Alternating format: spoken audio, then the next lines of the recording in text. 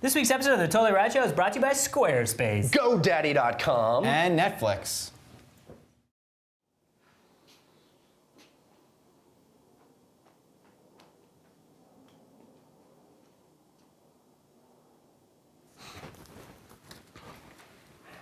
Hey, Dan. What? Is he looking at us? Jeez, you think he knows? Hello? I better call Steve. Hello? Come in, Major Burbank.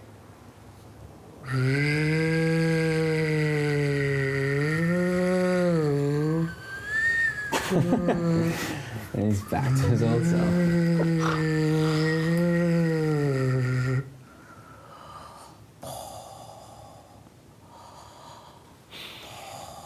That is one unusual cat, my man. I hereby proclaim this planet Radania of the Burbank Galaxy.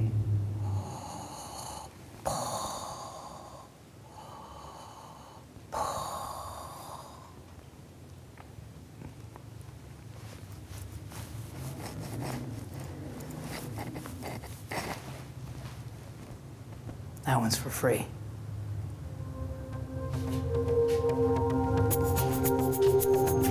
Three rad dudes with nothing better to do get abducted by the crew of the starship Alpha 2. They're from the planet Q, which, due to a space-time loop, is stuck in 82 and must be rescued. They need our heroes to discuss the latest news and give their reviews of games and movies too. Sure hope you're not confused. We swear this is all true, not just the premise too. The Totally Rad Show. Totally Rad Show, Totally Rad, Totally Rad Show, Totally Rad, Totally Rad Show, Totally Rad, Totally Rad Show, Totally Rad Show. Hey everybody, welcome to The Totally Rad Show, episode number 98. I'm Alex Albrecht. I'm Jeff Canada. I'm Dan Trachtenberg. The Totally Rad Show is your weekly dose of all things rad. Of course, this week that includes some epic movies, 2, a video game, 1, and of course it's the Oscars. So we gotta do our annual Oscar Wager. Showdown. I've just named it Have we Oscar discussed Showdown. what we're even wagering yet? Breakfast. This is Again? the breakfast wager. Oh, this is the breakfast wager. The other wager is the car wager. I'm happy with all that I stuff. am too. I'm glad. Speaking of being happy, Avenwell, our old buddy. Old buddy. Been a long time, but what up with the Mad Magazine edition of our Amazing. show? He is the king of the deets. A lot Yeah. of details Yeah. in and You around. definitely got to check it out, the Totally Bad Show hoodie. Yeah. I don't know if I Bad show. explained to you guys my ritual I used to have when I first discovered Mad Magazine. Me and my friend Jeff Gordon would actually The race car driver? the first time I Yes. spelled the same way. The first time that's why I always call Jeff Guffrey because he spells his name Geoff. Oh, the wrong way. Yeah, right. I used to call him Guff. Anyway. First time seeing a Crocodile Dundee was Crocodile Dundee 2. I just have to say this. Steve just put up the timer for the movie section, and I looked over and I thought he'd turn the timer on, like, don't go too long, Dan, on this story.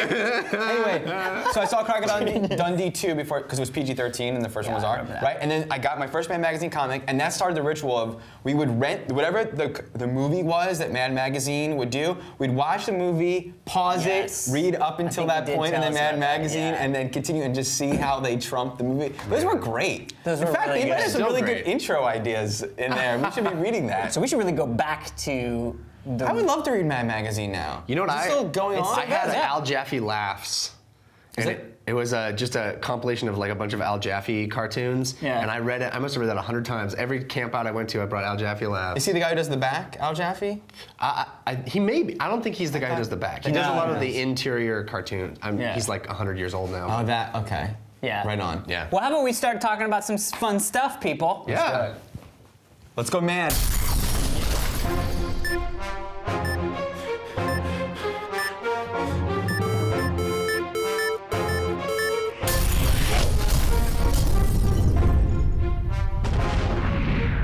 This week in movies, we're talking about Taken and Coraline. We're going to start with Taken, which comes from, produced talked and about written that. by. We talked about the trailer Yeah. forever ago and how excited we were. That was Yeah. over a year ago. Was it really? Yeah, How did that happen? It was released in Europe. I thought it was going to come out, but luckily, we get to see what we were so excited about. And it comes from Luc Besson and Robert Mark Kamen. Luc Besson, you know from La Femme Nikita and The Professional and Fifth Element. your guys' favorite movie. Epic. And Robert Mark Kamen actually wrote The Karate Kid.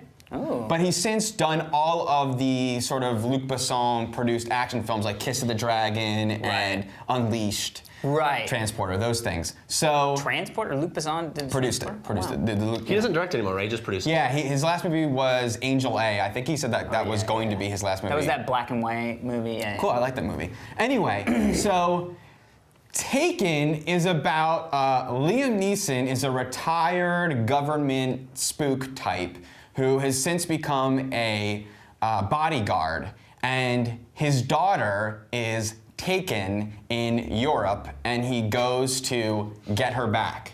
The movie is either titled Taken or Europe, the way you said that. He's taken in Europe.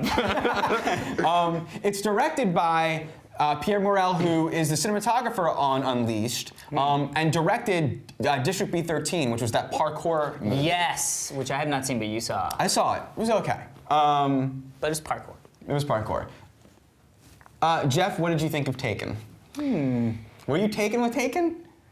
Would you take Taken? Take? Here's the thing about Taken. It starts off and it has a very clumsy beginning, very clumsy setup. It's not strongly written, but at a certain point, the badassery starts.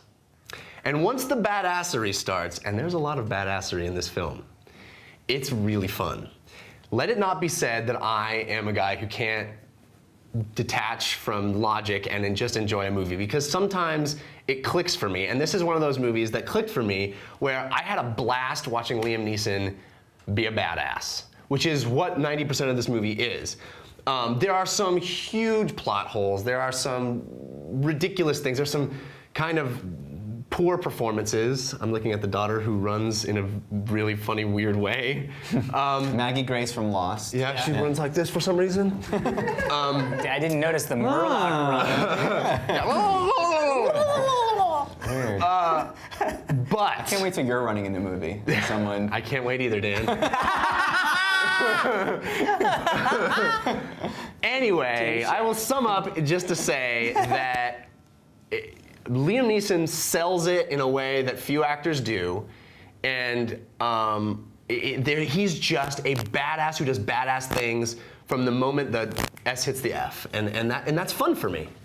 Yeah, I mean, I totally agree. I had a blast watching this movie. I actually thought that the action sequences were shot very, very well, especially the car chase sequences. There was a pace to them that really got my adrenaline pumping, and I was sort of surprised at how out of breath I was during a lot of the action sequences in this movie. Yeah, I mean, the plot, like I saw this movie with Steve, and Steve was he was like, yeah, the plot is like, my daughter's taken, I'm gonna get her back. That happens. Like, the movie is that experience of him doing that. Like, so there's no, I mean, it's not an M. Night Shyamalan movie, you know what I mean? Right. It's like, I'm gonna kill you, and then let's see how he does on his venture, you know what I mean? But for me, that was enough. This reminded me the most of a small 80s movie we all might know and love, Commando. It was very Commando of the 2000 generation. But Liam Neeson pulls off the badass so well. I mean, just Qui-Gon Jinn kicks a lot of ass.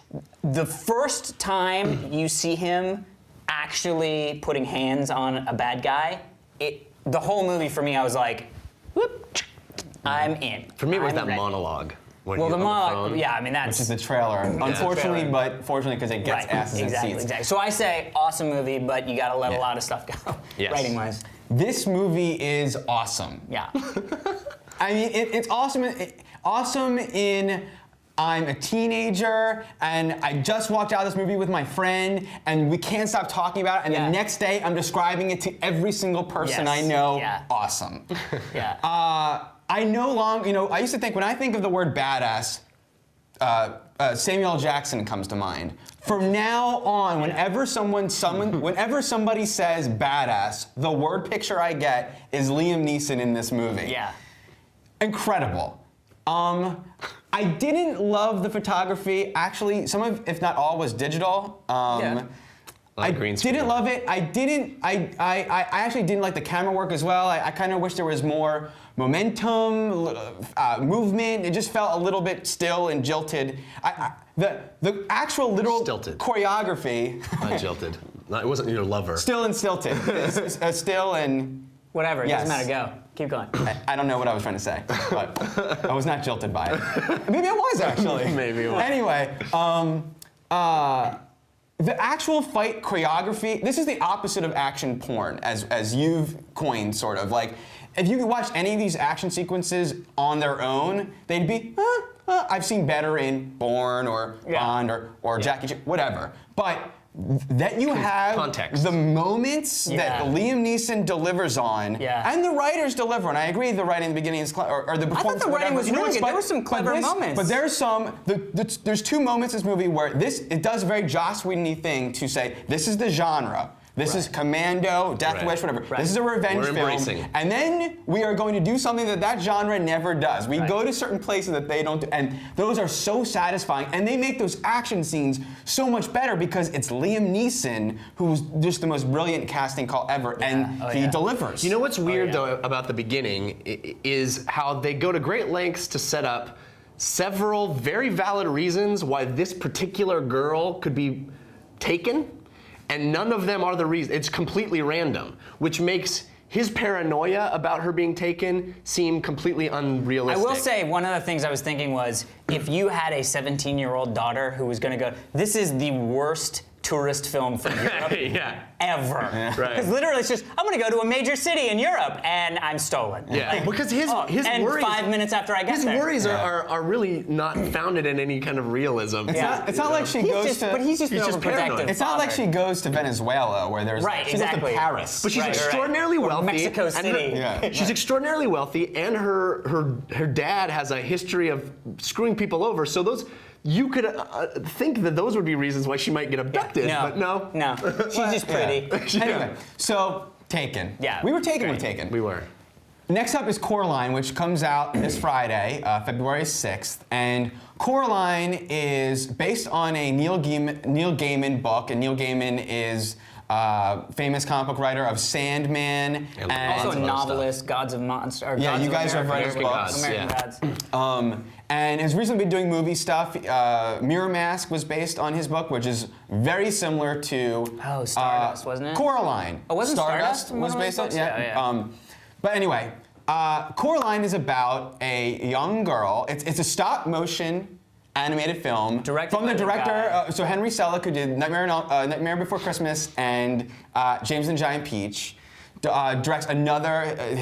Those are both stop motion animated. So is this, though we saw it in 3D. Correct. And it's being released in 3D. Handcrafted film shot in 3D. Right, like you can see Nightmare on Night Before Christmas in 3D. You can see Nightmare on Elm Street in 3D. I think they did. But- He did Nightmare on Elm Street and Jason versus the Giant Peach. The 13th. Anyway, so it's about a young girl named Coraline who lives in a very dull, dreary world, hates her parents, and she enters an alternate universe that appears to be much better, but her parents that seem like better parents have buttons on their eyes and things aren't quite as they seem.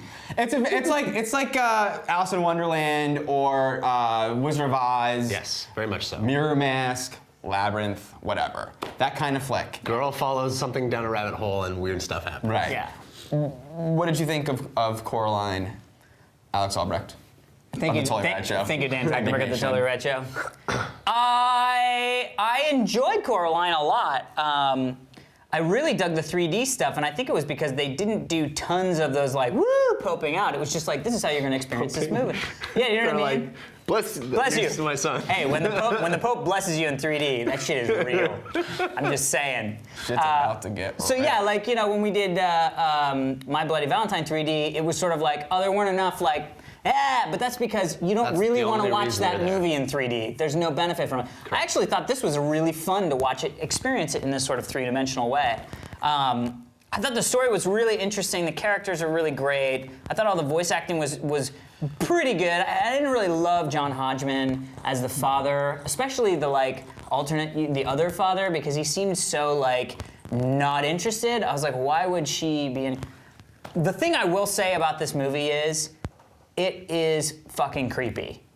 And it is a movie that will scare the shit out of kids. Very much so. And I think making this movie, Nightmare Before Christmas is kind of creepy. This is fucking creepy. There was stuff, I went to the screening by myself with some other reviewers, and I was taking the elevator down, these two women who are reviewers for other things, and this lady was like, so what did you think? And she goes, critics or reviewers, whatever. And she goes, she's like, I really liked it. And she's like, I think it's gonna creep the hell out of kids. And the lady goes, are you kidding me? It scared the shit out of me. And she's, 30-year-old woman, So I think as a movie, we would all enjoy it, and you out there who are watching the show will probably enjoy it. Anakin may be scared. I'm just saying. Anakin, a very young viewer of ours. Yeah, may be scared. But I enjoyed it myself. I was taken with Taken. I was a little undertaken with Coraline. I'm a huge fan of stop motion. Very, very much love the look of stop motion.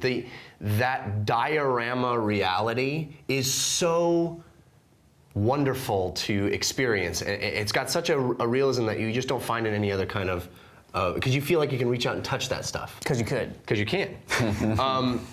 It's also 3D. This movie feels more like an art project than a film to me. It structurally behaves very strangely. Things don't really make much sense. She does things for odd reasons. It didn't really hold together as a film. It feels like a companion piece to something else you may need to read in order to kind of understand why everything is the way it is. But visually, it's so stimulating and so evocative that I couldn't help but appreciate it just on a pure visual level. It feels more like an art piece than a film, as I said, but I appreciate the artfulness of it. Yeah. It is very creepy. Also, the end behaves strangely like a video game to me. The whole movie felt like a video game. Yeah, which is she odd. gets a special object that gives her a certain press R trigger and she looks through the thing, Right, and you have to collect the certain things. And she then find defeats them. bosses and then it cleanses the world. Yeah. It very much feels like a video game. Yeah. Well, there will be a video game coming out as well, but Yes, it's already out. it's out.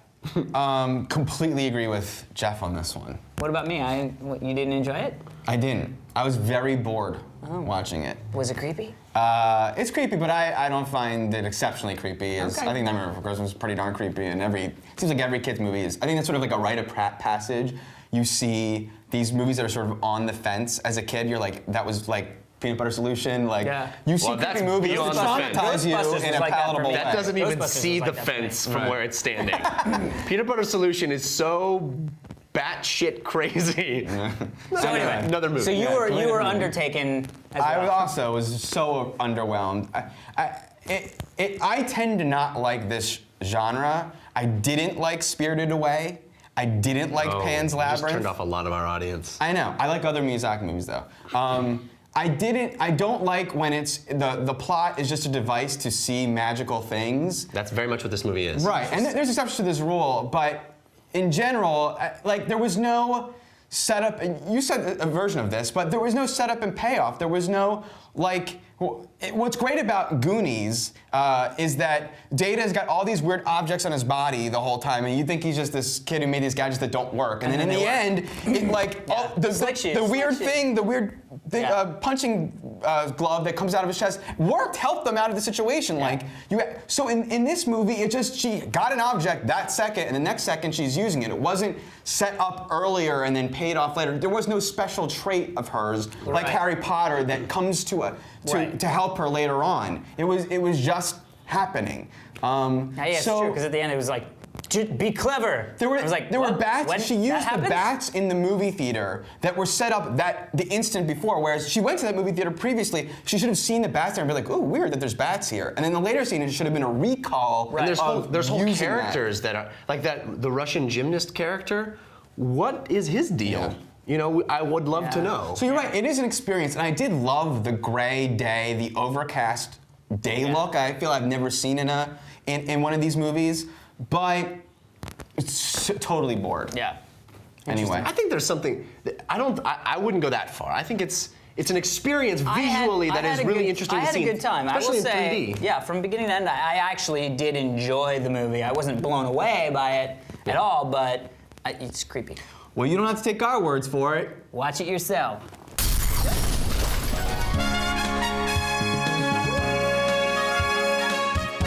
So it is that time again, isn't it, folks? I'm gonna win me a free breakfast. So it's the annual Academy Awards wager. Viewers at home are probably playing in their office pools. We are Correct. playing in our pool. We are wagering More of a kiddie pool. a breakfast. Yeah. The losers have to make the winner a breakfast, as we did last year. I won. You guys made me delicious French toast. French toast, and I did the eggs in a basket. Eggs in a basket, which was great. Thank you. I'd love to eat that again. I will tell you, I'm just. Whoa! No, no, love your to eat French it. toast is He's great. worrying about the menu right I'd love now. to eat that again, but I don't think I'm gonna win this year. I feel very I will like say- it could go either way in all these I will categories. say, if somehow, by some stroke of fate, Providence. whatever it may be, Yeah. I do not win this bet. Yes. As unlikely as that may As be. unlikely as that may sound, I am going to go out on a limb and tell you guys that I have locked in on making the perfect fried egg. Well, then I want you to lose. Well, I can make I you know. lose. I am not going to lie to you, and without hyperbole, I have literally locked Okay. I employed a different kind of strategy this year. Okay. Okay. You just some shit stuff. yourself. Yes. Not the best strategy. Some stuff I went with what I think is gonna win. Other stuff I went with what I love. Bad idea. Bad idea jeans. Bad idea jeans. Bad I idea did that jeans. last year. I don't know. I did. First up, Okay, let's do this. performance by an actor in a leading role. Best Jeff. actor. Best actor. Sean Penn Milk.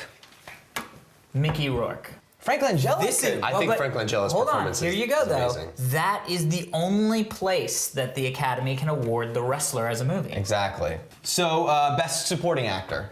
The nominations are. Oh, we can. Should we all say it at the same time? Heath Ledger. Yeah. You know. It's unfortunate because Philip Seymour Hoffman was amazing. I actually thought Robert Downey Jr. I love that they're nominating people that are doing comedies. Lead actress. I'm gonna go with Kate Winslet. I also went with Kate Winslet. I also went with Kate Winslet. Oh! I do not think she's the best actress. I don't either. She had role. two I great thought she was better in performances. Revolutionary Road. She was nominated for it. I thought she was better in that movie.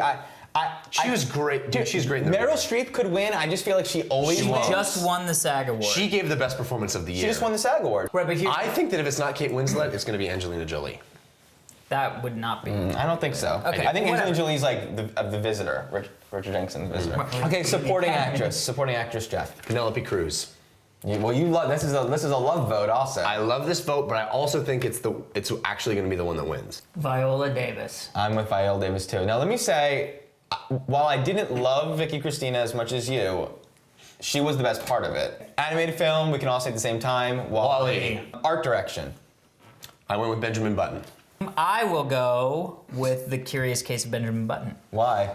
because I thought. Because Jeff said it? No, Is that because what you went with? well, you'll see why in a second. Okay. I went with Benjamin Button because the art direction is the best part of David Fincher's movies. I will say The Duchess is very likely to win this award. It's between Benjamin Button and the Duchess for me. Cinematography. Jeffrey?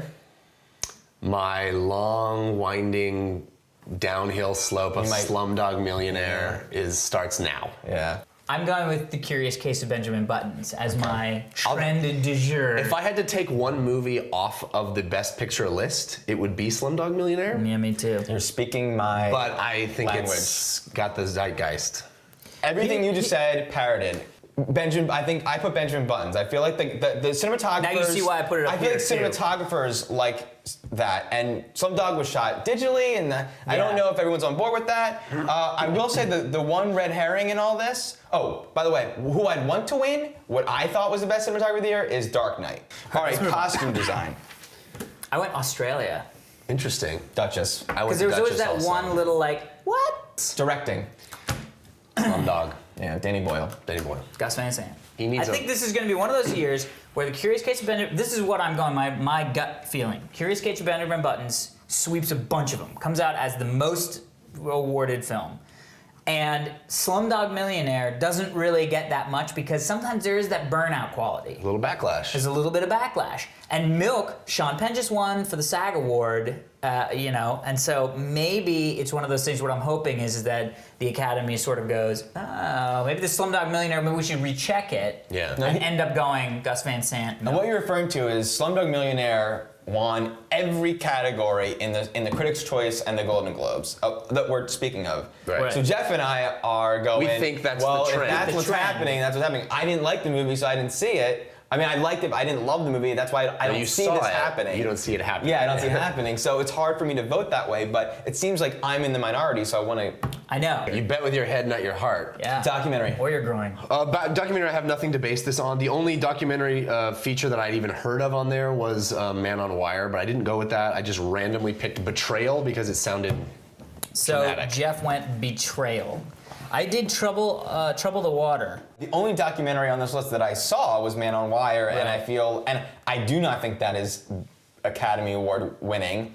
But So I went with Garden. I liked it, and I saw it, so I feel like I can. Support it. Okay, so yeah. damn. Oh, you put that on? Yeah, I just take his Wow, that's thrown away. That's thrown. You know that's not going to win. documentary next? short subject. Again, it was a dart at a dartboard, and I got final inch because that sounds really interesting. I went The Witness for the same reasons, me too. but different. I went with The Witness as well. It's I think I know. I've heard the guy heard name. Of the guy. something. It could be a commercial kind of company that did it. So Plus The Witness from the balcony of room Editing. 36. That sounds Slumdog.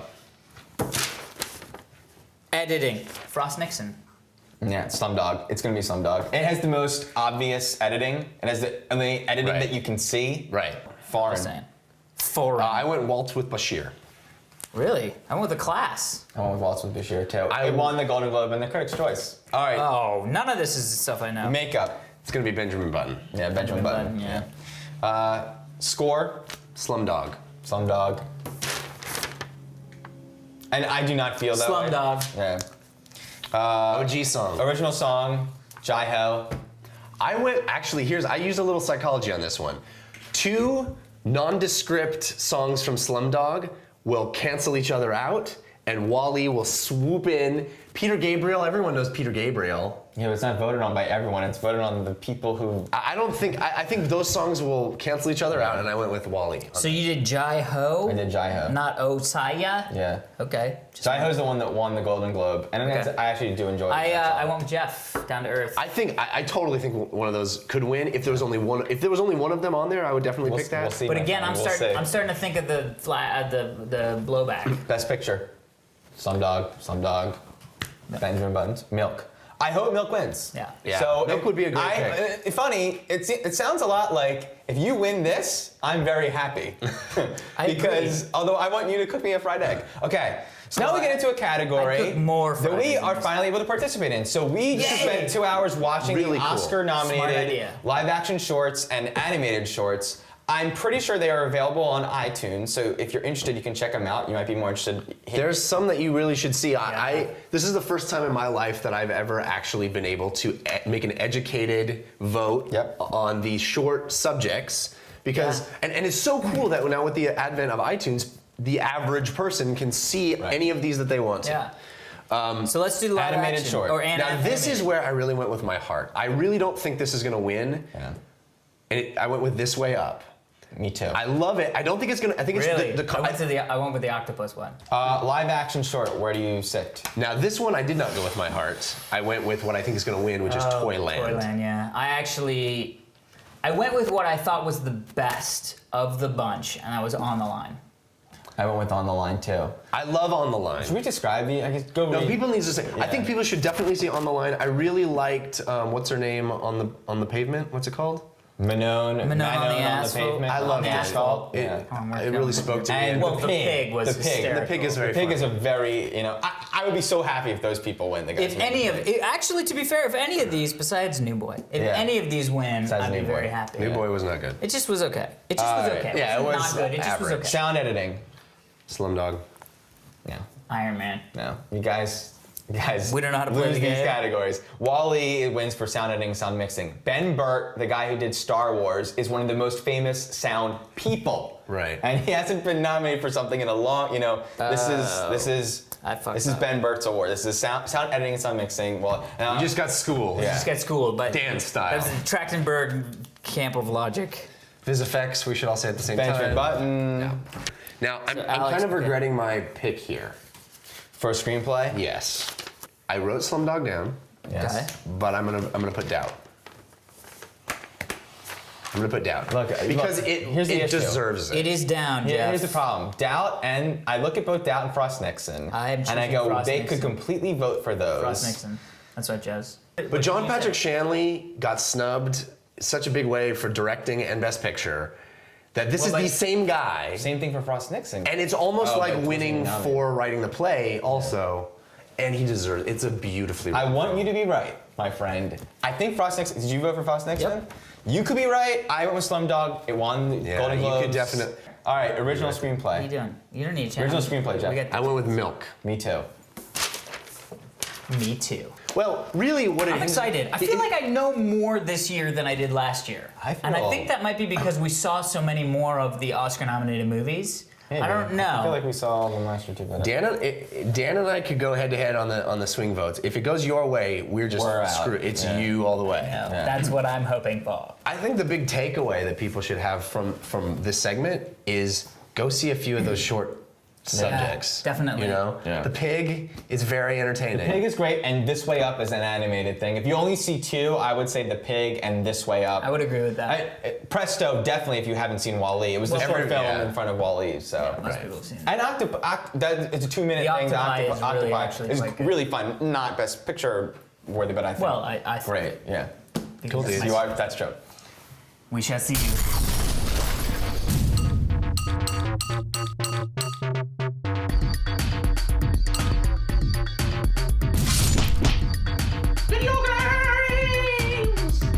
So part of the fun of doing a video game segment for me on the show is talking about all the biggest releases and having my opinion, hearing your opinions on all the AAA titles that you have to talk about, the Gears of Wars of the world and the Halos of the world. The other part of the fun of doing a show like this and talking about video games is finding those hidden gems that maybe some people haven't really played. Puzzle Quest. Puzzle Quest, Sorry, very I much. was Our using- first year was very much about that. Yes. The game we're talking about today, for me, is that. It's called King's Bounty, and it is a PC game, tried and true PC game, in the spirit of Heroes of Might and Magic. It's from a very small Russian developer who kind of just makes the games they want to make and then tries to find a publisher for it. And it is actually the spiritual successor from a game that was released 18 years ago, way back in 1990, or I guess 19 years ago now. Called King's Bounty, and it was an old Apple II game. Nice. This game, isn't a direct sequel or anything like that. It's called King's Bounty: The Legend, but it takes these Heroes of Might and Magic style play mechanics and updates them with a very modern graphics engine. The way you play, for people that may not have played Heroes of Might and Magic, I don't know if you guys have. Nope. Is you move your hero around a map and you get into battles and you command an army. And that army is made up of all kinds of different creatures that you can encounter in the world. So you can have soldiers and swordsmen and archers and stuff. Wolves and bears and dragonflies and spikes. Animals, undead creatures, demons. You can make up the army however you see fit. And as you get more powerful, you'll get to the point where you're commanding thousands and thousands of troops. Now those troops look to you just like one character on the screen based on the type of them. So they're grouped together in types. And then when you get into battles, it turns into like a turn-based action sequence where you attack different enemies with your hordes of armies, and you use special attacks that are unique to those types of characters. I adore this game. Last week we reviewed The Reader after 2008, and I wanted to put that in my top 5 movies of the year. This game would have been my favorite game of 2008. The best game I played in 2008. I adore this game. I'm hoping you agree. It has some things that are similar to World of Warcraft and Star Wars Galaxies and all other. And it's an old school type PC game. And I know that, like me, you grew up playing PC games more than console games. Oh, 100%. Yeah, I really enjoyed this game. To me, it was fun. I mean, it was super fun. It was great to kind of get back into that whole thing of you've got this hero, and it was also very funny. Yeah. Like the whole training process was like, the guy's name was called Iron Tooth, and then he lost his tooth in a war, and now he's just called Iron Richard. So there were a lot of really cool, funny moments in the game that I actually got really sucked into, and it's a big game. Very, I spent very big. I spent a lot of time playing this game, and I think I've still just sort of scratched the surface of it.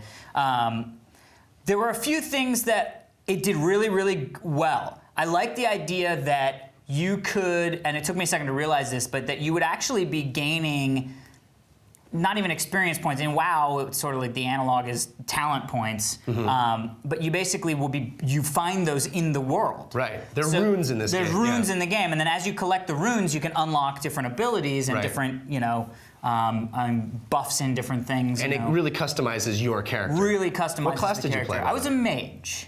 What did you guys play? I played a paladin. Because it's combo.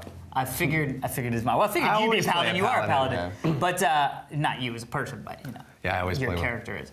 And I'm actually interested, maybe offline, see if there were some major differences or whatever. Well, I know there's a huge section that I wasn't allowed to go into because I wasn't a mage. Yeah, Yeah. I tried going in there. It was Did you fun. get obliterated? I did. Yeah, it was fun. So here are a couple of my issues with the game, because I did have a few issues.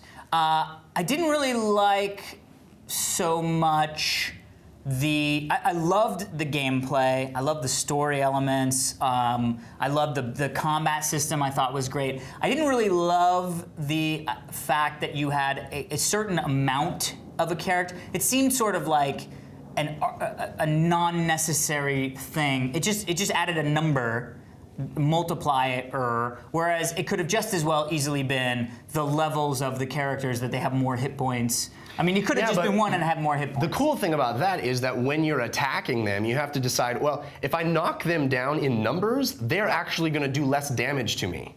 Right. So it's not like attacking something's hit points where it's still going to be the same creature that's attacking me. It's just closer to death. It's true, and it does do that well, where they start to do less and less damage, or you start to do less and less damage, as I experienced in the boss fight, where I was like, wow, I'm really not doing well. The turtle? The turtle, yeah, which is bugged, by the way, which was fun for me to figure that out for about 20 minutes. If you go in and start it before he appears, he's there, but you can't do anything. Oh, weird. And so I had to do that over and over again. I was like, why is this not doing? Because and then it's even exacerbated because once you read the stuff the shaman says, you just power through it because you've read it. So it even exacerbates the problem more because it's less likely to spawn. Anyway. So, so I wasn't really sold on that. Also, and I locked into it a little bit later, but to me it seemed like I was being sent on quests that were way above my ability to achieve them. And That's true. I think that's true. Yeah. And I felt like, I mean, I guess that's one of those things, because there were a couple quests where I was like, oh yeah, I'll go into this castle and find this thing behind a painting. Sure. Oh, there are ghosts? Okay. And then literally the fight starts, and I have 12 archers, and the ghost is 750 ghosts. You can check out any enemy before you attack it, and it'll give you kind of a rough estimation as to how you're going to do. You can't do that on quests. Sure you can. So I walked, I didn't know that you could right click on quest and see. Well, not on the quest itself, Right. but when you go into the area. Right, but that's the thing, is the only reason I went into that area is because I got sent on a quest to go into the area. I hear ya. What it should have done is gone, yo, not ready for this quest. But Or just give you a estimated or just have it be difficulty. bright fucking red, and I would have gone, whoa, okay, I'll wait. So there was a little bit of that, but I actually, to sort of contradict my point, I kind of enjoyed that because I ended up getting a quest and being like, oh, I'll go do this. Oh no, I'm not powerful enough. And then going and like killing people and doing other quests and leveling up and then getting ready and then going in and doing. For me, that was part of that sort of throwback to the old PC game that I grew up with, where it didn't hold your hand at all. You're in the world, there's stuff that's way more powerful than you, there's stuff that's way less powerful than you, and your job. You're either gonna, and when you get more powerful, stuff doesn't level with you, you can just start destroying stuff. Yeah. It's very cool. Daniel, I've sensed that you're not going to like this as Yeah, much. unfortunately, I didn't like it at all. How? How is that Well, possible? he sits on his couch to play. I just started having fun when I turned it off. I just started. What level were you? To be. I just became 6 and I killed the turtle. Gotcha. Boss. And then I wanted to like do something else real quick with my new 6-ness, but Yeah. Going to the island, the Freedom Island. I didn't go to Freedom Islands, no. But I'm so sad. yeah, I really didn't. I just felt that there was so much of it that was making the time playing not fun, just really difficult. Like the number, that you have a finite number of troops and you can only get them in certain places, so that it would just became a tedious task. Yeah, like you lose troops, Yeah, and then you that, gotta then go I to the can't place get and that. then buy more. Then that troop is gone from that place, Right. and I have no place else. So, but I've gotten other guys. But in order, if I lose in some battles, and you have to save, and a lot of the elements of the game you have to learn on your own. There's no. The tutorial, the sort of first thing that you do to usher you into the game, tells you some stuff, but like, I didn't know that you could if there's enemy troops, you can right click on enemy troops and see? I didn't know that. I know about right clicking within the game match, but I always am like, I have no idea if that guy's gonna be. You can overpowered. right click on anything on the overworld and it'll say like impossible or Yeah. very I've never strong seen that. or I, weak. Yeah, I didn't know I could do that. slightly weaker, I had yeah. no idea I could do that. And you have talents that you can I know upgrade. I put them into the info thing, so I Yeah. could like see what was actually what the troop makeup was, like Yeah. what objects were going to be in it. So it'd be like a bunch of like mages and a bunch of Yeah, priests I didn't know and a you could bunch do that. of That would have made fireflies. it playing a little bit easier. That made things difficult. That I had to constantly save because if I died and the troops were not there, there was. But dying, there's so little penalty for dying. It's basically. I thought I thought the opposite. I felt like there was a major penalty for dying because then all of those troops that I had were obliterated, and I had to get more. But if I get more, that means that place has less to give me later on when things might get even harder. So I was sort of like, well, I better go back to my save and now not fight that guy until I'm at the right level. As you level up, places have more troops available to sell you, and you'll find that you probably want to use different kinds of troops than you've been using. You'll find like a layout that you really like, and you'll progress to a point where it's like, now there's no more of these to buy, so now I have to swap out my The problem strategy. for me is learning all those things was a painful experience, not an enjoy. Everything was, fuck, I'm dying. I can't beat these guys. Fuck, I can't My do this guy, experience so I with have Skate to. 2. Right.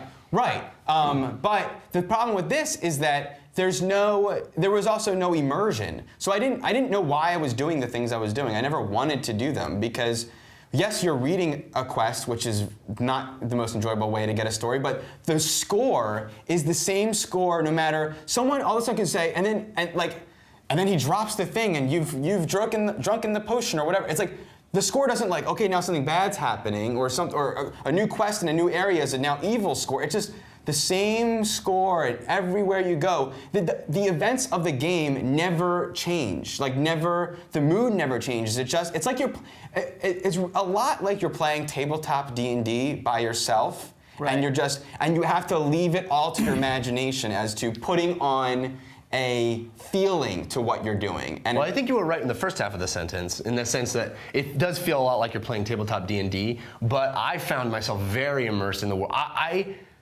This is one of those games that I woke up thinking about. All I wanted to do was play it. I couldn't get enough of it. The fact that there's so much to do, so much to explore, I mean, I got married, I'm having kids, my wife wants to keep having kids, I've had 3 kids already, and she's like, I want to have more kids. I'm like, I don't know. And each kid you get is like a buff, it's awesome. We haven't even talked about, there's summons, you get this chest that has these spirits trapped within them, and you get these quests that allow you to do these massive attacks on the battlefield. It is such a phenomenally awesome experience that no one makes anymore. These games, this is the type of game. It definitely felt like a throwback to like classic. But it doesn't satisfying. feel. It doesn't feel old. It's not like Dwarf Fortress or something, which is like this old school game, and it made in ASCII characters. Right. This is like great graphics. So many smart, like you said, funny things. Yeah. You get ships. You can. Also, I should say, they're making an expansion that's going to up the level cap, and it's going to add all kinds of new creatures and Level stuff. cap's 31, right? Something like that. I'm only level 10, and I cannot wait to play more of this game. It is I highly, highly, highly recommend it, and I'm going to mention it a lot more in the show because I think it deserves attention. Nice. So before we get to our sponsors, we do want to take a second and say we want to know what you think about the show and stuff. So we put together a survey. Head over to revision3.com/TRS survey. Take the survey. Enjoy. And then we'll be able to say, survey says. Ding, ding, ding. Alex is the best host. Oh, no, damn it didn't say that. Anyway, now I'd like to thank our sponsors. Something tells me there was something sarcastic happening up there. Yeah, right. Damn you. Green screen. So we do want to thank our sponsors, Squarespace.com. If you haven't checked out Squarespace.com, head over to Squarespace. Check out their stuff. They do amazing stuff. Web hosting. You get a 10% discount off your entire life of your web hosting plan, which is amazing. I'm smiling at Steve, who's just been, ever since we said that, he's been like, what do I do? What do I do? All you have to do is put in the code TRS when you check out. They have the best WYSIWYG editor, hands down, across anybody who's in this space. So check them out, squarespace.com. GoDaddy? GoDaddy.com is also a fantastic sponsor of ours. They're the place to go if you want to buy a domain name. If you're starting a website, you can use the WYSIWYG editor at Squarespace. You should get a domain, or else there's nothing for people to put in their browsers to get to you. GoDaddy.com is the place to go to buy that. They have a really, really easy to use system for getting all the things that you need when you're buying a website. It does a checklist of like, did you think about this? Did you think about maybe the .net and the .org so somebody can't try to ape your site in some way? Privacy issues. Amazing. Even better, if you use our promo code, TRS1, you get 10% off your order. So it's like you're losing money not doing it. I agree. Also, Netflix, which is online renting. They have over 90,000 titles, including tons of Blu-ray titles. 40 shipment centers, so you get the movie that you put in your queue basically the next day, but even better than that is the watch now. So if you have a Mac, a PC, or Xbox 360, which we know you do for a fact, you can watch Because you filled out the survey. Instantly. Well, because they're watching the show. There's zero way to watch the show. I got that. I was making a joke. Yeah, I know. But I was just I was clarifying. You can watch. So we were talking about Taken. If you've never seen The Professional, which is my favorite Luc Besson movie, one of my favorite movies. I think it's a great movie. I rarely say something is a perfect movie. That to me is a perfect, not a flaw in it, I really loved it, but there's this one little thing was a little bit, no, none of that. Perfect movie. Not for you. Everyone should see that movie. Watch instantly. How do they sign up for Netflix? They sign up for Netflix, go over to gotta put them in, www.netflix.com/TRS. And you get 10%, you get a 2-week free trial. 10% off your order over at GoDaddy. Or Squarespace. Yeah. Free trial over there. All right, let's get to our email. Alex, Dan, Jeff, and Steve. I was visiting my mother-in-law and decided to rent a movie on demand. We wanted something stupid and funny, so Harold and Kumar Escape from Guantanamo Bay seemed like it would fit the bill. I haven't seen it. I haven't seen it, but it's probably stupid and funny. So the problem came up when there was a choice between the rated and unrated versions of the film. I suggested the unrated version for a purely economical standpoint, noting that for the same amount of money, we would get several extra minutes of the movie. It's very practical. That's a very practical way to think about it. Clarity ensued. Epic mistake confirmed. Between the opening montage shot, no pun intended, where Kumar climaxes into his own face, to the overly long, gratuitous, full frontal nudity, it was a gut-wrenching, cringe-inducing event that had me wishing for an earthquake or apocalyptic meteor strike to strike soon. Not because I'm a prude or anything, let's be clear, but because we were watching the movie with my 72-year-old mother-in-law. Whammy. So maybe she's hip and cool. Yeah, maybe she's down with full frontal. So my question is, where do you all weigh in on the unrated versions of movies? Are they a poor man's director's cut? Any good/bad experiences like mine? And to Jeff, rip the shield, best show ever, and best finale ever, Bob Dunn. Huh. That was I like added. that last part. I think that was added. You like that last part? I didn't tell you that was going to happen before you read it. I knew that. As soon as I saw and to Jeff, and I was like, this is about the shield. So first off, great question, horrible experience, and also I think better sort of take on that question is, have you ever been in that situation where you're there with a parent or elder and you're watching something that you should... I remember when I first moved down to Los Angeles. This is going to date me a little bit, but when I first moved to Los Angeles... Spartacus was coming out. Yes. Casablanca, unrated cut. He's thinking. It's the beginning of a disgusting friendship. Okay. Where did you put my peanut at? I first moved down here. I was staying with a friend and her family. They were so nice. I didn't have any place to live in Los Angeles. I lived there for several months in their guest bedroom. It was an awesome way to acclimate.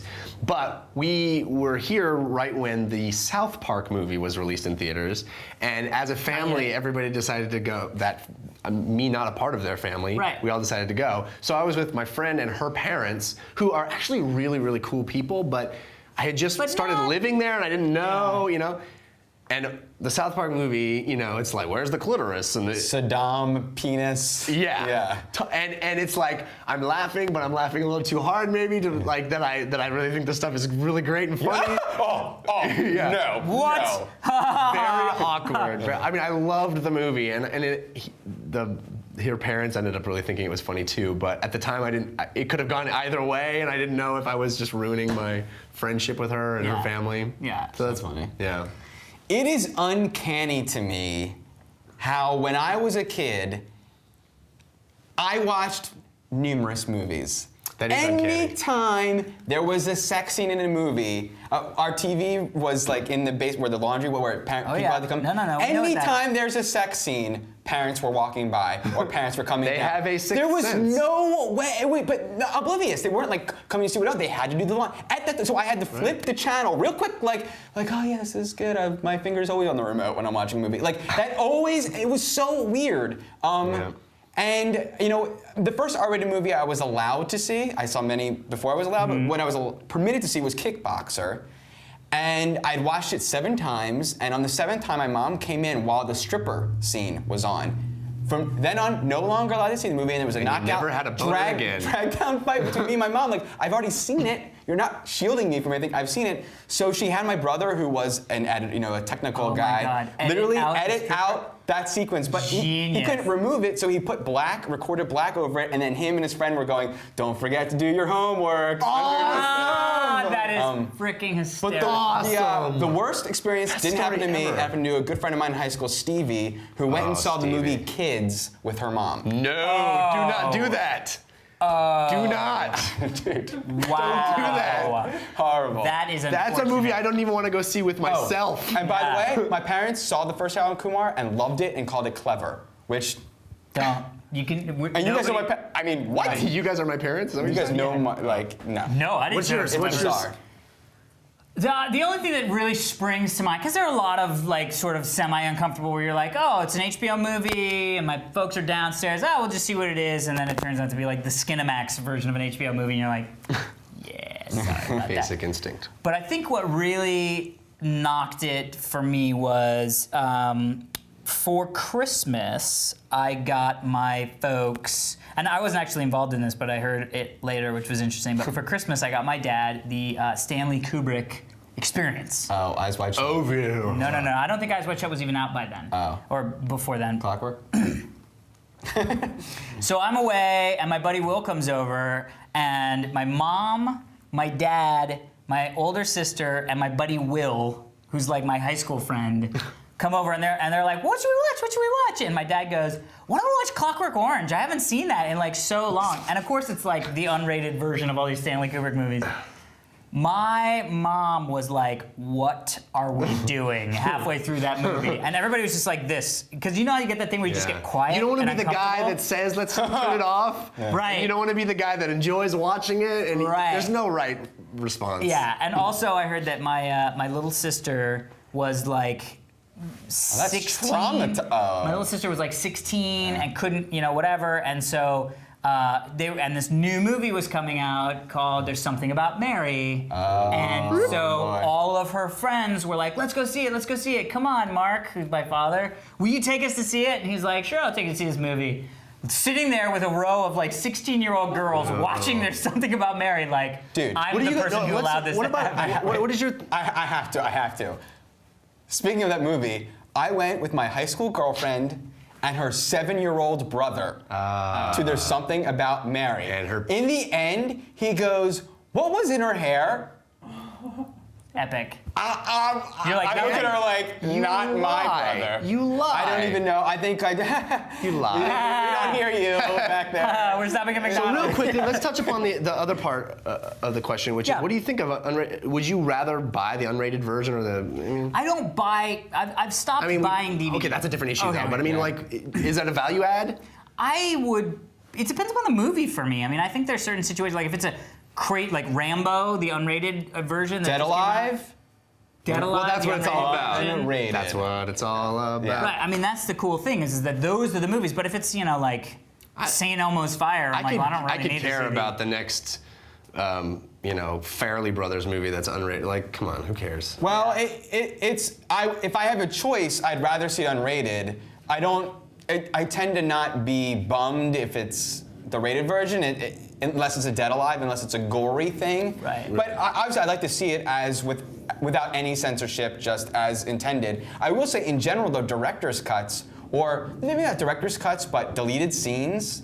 There's a reason they were deleted. Yeah, I'm Yeah. always like, I had no need to see that. I would not have offered anything new to my experience. Well, thank you so much, Bob Dunn, for sending in the question. If you'd like to have your question answered, or if you have any question about the show, please feel free to send an email to fans@totallyradshow.com.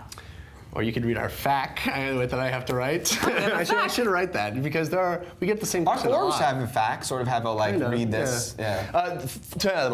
Fans at totallyradshow.com is also where you would send us a background like our buddy Avonwell does, who knocks them out of the park. And also go and check the little details on this. Yeah, you can download this background at totallyradshow.com. You can download our logo if you want to make your own background. Also, if you have, here's the thing, we don't have a FAQ yet, but if you do have questions about previous episodes, what we covered, maybe an intro that you don't know what the heck that was about, go to our Wikipedia page. It's updated by the fans, and it has a comprehensive list of our entire lifetime. We actually refer to it as well when we need to know things all the about time. our show. So people that update that, thank you very much. Yeah, keep up the good work. And also go to the forums. Yeah.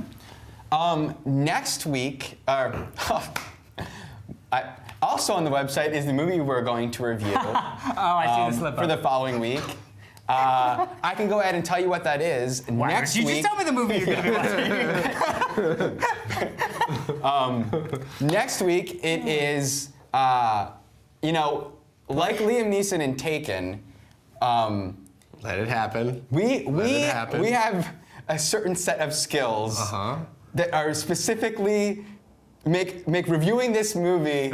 Let it happen. It's happening. Make reviewing this movie exactly what we're required to do. I don't know. That was the movie genius. Fanboys is finally coming out. We'll talk more about it next week, but it is like made for our show to discuss, as well as movie Push. Yes. So we're seeing both those flicks. Push Which is we not talked to really- Comic-Con. Yeah. Interesting. All right, well, Jinx. In the meantime, Jinx. Bill thing. Also, Revision 3 is going to be covering live the Bill Conference. You've heard about Ted. Well, now you've got Bill. So it's a bunch of bigwig brain guys getting together, and gals getting together and chatting about cool stuff. February 7th and 8th, revision3.com/BIL. And you'll be able to stream some stuff live from the Bill Conference. Thank you, Steve, for catching that. Well, that is it for this week's edition Clothing from Jinx. of the Totally Rad Show. If you want to get your clothing like I do, head over to jinx.com/TRS. I'm Alex I'm Albrecht. Jeff Canada. I'm Dan Trachtenberg. Until next time, please buy a sweatshirt. That is an unusual cat, my man. I always talk like that. What? You better call Steve.